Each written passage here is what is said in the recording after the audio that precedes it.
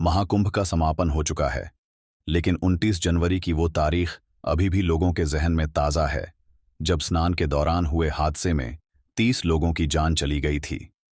इस घटना के बाद विपक्ष ने योगी सरकार को घेरना शुरू कर दिया था और शंकराचार्य स्वामी अभिमुक्तेश्वरानंद सरस्वती ने भी सीएम योगी से इस्तीफे की मांग कर दी थी, मगर योगी आदित्यनाथ ने इस पर कोई प्रतिक्रिया नहीं दी थी।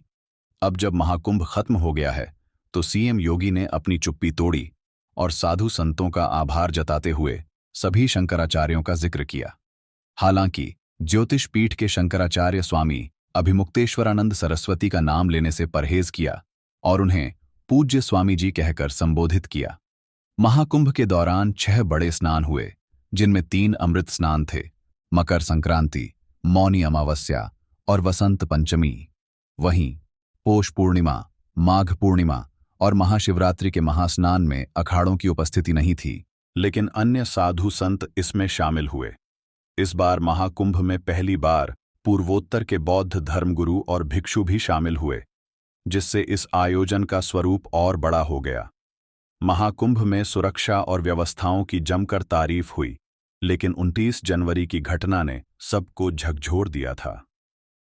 हादसे के बाद शंकराचार्य अभिमुक्तेश्वरानंद सरस्वती ने सरकार की नीतियों पर सवाल उठाए और सीएम योगी से इस्तीफा मांगा। हालांकि सीएम योगी ने उस समय कोई प्रतिक्रिया नहीं दी थी, क्योंकि वे जानते थे कि स्वामी अभिमुक्तेश्वरानंद सरस्वती केवल उनके आलोचक नहीं, बल्कि सनातन धर्म में एक पूज्यनीय स्थान रखते हैं। यही वजह है कि जब महाकुंभ के समापन पर साधु संतों का आभार व्यक्त करने का वक्त आया, तो योगी आदित्यनाथ ने ज्योतिष पीठ के शंकराचार्य को पूज्य स्वामी जी कहकर संबोधित किया, हालांकि उनका नाम नहीं लिया। राजनीति में आलोचना और समर्थन साथ चलते हैं।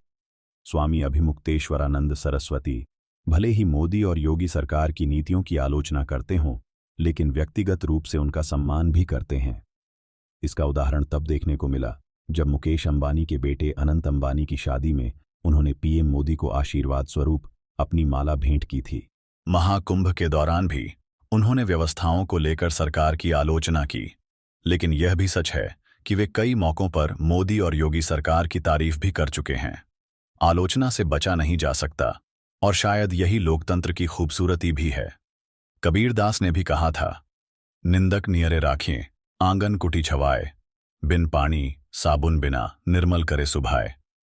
यानी जो आपकी कमियां बताता है वो आपके लिए सबसे ज्यादा फायदेमंद होता है, क्योंकि वही आपको सुधारने का मौका देता है। शायद यही वजह है कि सीएम योगी और पीएम मोदी अपने आलोचकों को भी सम्मान देते हैं।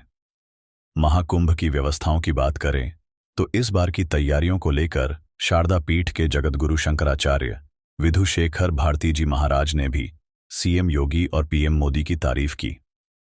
उन्होंने कहा कि महाकुंभ में जो व्यवस्थाएं थीं वो ऐतिहासिक थीं और इससे बेहतर कुछ नहीं हो सकता था।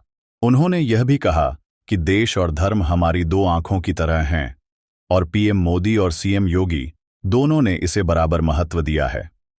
महाकुंभ में पहली बार बौद्ध भिक्षुओं और पूर्वोत्तर के संतों की भागीदारी ने इसे और भव्य बना दिया।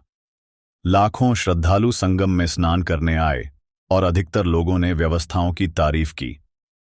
यह आयोजन कई सालों की मेहनत और महीनों की तैयारी का नतीजा था, लेकिन 29 जनवरी की घटना से उठे सवालों के जवाब अब भी अधूरे हैं। क्या इस हादसे से सबक लेकर आगे की योजनाएं बनाई जाएंगी? क्या सरकार इस तरह की घटनाओं से बचने के लिए नए कदम उठाएगी? इन सवालों के जवाब जनता को अभी भी चाहिए। सीएम योगी ने महाकुंभ को सफल बनाने के लिए सभी साधु संतों और अधिकारियों का आभार जताया, लेकिन 29 जनवरी की घटना का जिक्र नहीं किया। क्या यह चुप्पी विपक्ष को और हमला करने का मौका देगी, या फिर सरकार कोई ठोस कदम उठाएगी? हमारे मन में संकल्प आया था कि हम कुंभ मेला में जाएंगे, वहाँ को 1 हफ्ता 1 सप्ताह वहाँ रहेंगे, ऐसा हमारा मन में संकल्प आया था। और मौनी अमावस्या के अमृत काल में वहाँ हम स्नान करेंगे, ऐसा हमारा मन में संकल्प आया था। उसके अनुसार हम वहाँ गए थे। कितने लोग थे, कितनी बड़ी व्यवस्था है। इस व्यवस्था को देखकर हमारा मन में बहुत बहुत आनंद हुआ था। इतने सारे लोग एक जगह में सम्मिलित होकर स्नान कर रहे हैं, तो इस विषय को देखकर हमारा मन में इतना आनंद हुआ था, बहुत बहुत आनंद प्राप्त हुआ था। और इस संदर्भ में जो आज हमारे साथ हैं, उपस्थित हैं, माननीय योगी आदित्यनाथ जी, उनके नेतृत्व में, और अब हमारे देश के जो माननीय प्रधानमंत्री जी हैं, आदरणीय नरेंद्र मोदी जी महोदय, उनकी जो श्रद्धा है देश और धर्म, जैसा अभी हमने कहा कि देश और धर्म ये हमारा दो आंखें होना चाहिए, ऐसा जैसा हमने कहा, ऐसा ही मोदी जी जो है वे भी ऐसे ही करते हैं। उनका एक आंख धर्म है और उनका एक आंख देश है, ऐसा हम कह सकते हैं, जैसा हमने देखा। ऐसे ही आदित्यनाथ जी, योगी आदित्यनाथ जी है, उनका भी एक आंख देश है और एक आंख धर्म है। इसी प्रकार से वे देश की भलाई के लिए और इस राज्य के विशेष रूप से उत्तर प्रदेश की भलाई के लिए वे काम कर रहे हैं। उनका जो काम है, उनका जो प्रयत्न है, ये बहुत बहुत प्रशंसनीय है। और उनके नेतृत्व में महाकुंभ मेला में जो व्यवस्था की गई है, जिस व्यवस्था को हमने स्वयं साक्षात वहाँ जाकर देखा था और हमने प्राप्त भी किया, ये जो है ये बहुत बहुत बड़ी व्यवस्था थी, ये बहुत बहुत प्रशंसनीय व्यवस्था थी। सभी अधिकारीगण, उनसे नियुक्त सभी अधिकारीगण, सभी अधिकारी लोग बहुत ही श्रद्धा से, बड़ी श्रद्धा से, क्योंकि जैसा अभी कहा गया, देश और विदेशों के कोने कोने से बहुत श्रद्धालु लोग वहाँ आ रहे हैं। कुछ पल के लिए वहाँ त्रिवेणी संगम में डुबकी लगाने के लिए लोग वहाँ से आ रहे हैं।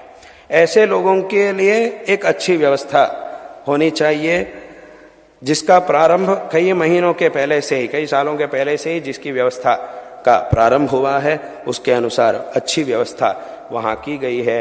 ये बहुत बहुत संतोषजनक बात है, जिस व्यवस्था का लाभ हमने भी प्राप्त किया, ये बहुत बहुत संतोषजनक बात है। हम इस संदर्भ में इस विषय को इसीलिए नहीं कह रहे कि हमें अच्छी व्यवस्था प्राप्त हुई है इसीलिए हम उनकी प्रशंसा कर रहे हैं, ऐसा किसी को नहीं सोचना चाहिए। हमें भी अच्छी व्यवस्था मिली है और हमारे पास जो लोग आते हैं बहुत ही दूर से, हम जब वहाँ थे तब सभी लोगों को हम दर्शन देते थे। हमारे दर्शन में तो सभी लोग आते हैं, सभी भक्त लोग आते हैं।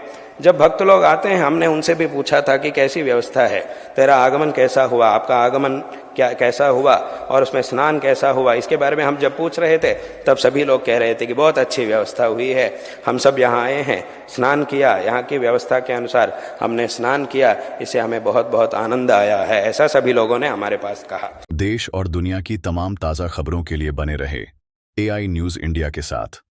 वीडियो को लाइक करें, शेयर करें और चैनल को सब्सक्राइब जरूर करें। आपका क्या कहना है इस वीडियो पर? कमेंट में अपनी राय जरूर दें। लेटेस्ट अपडेट्स के लिए हमारे चैनल को सब्सक्राइब करें।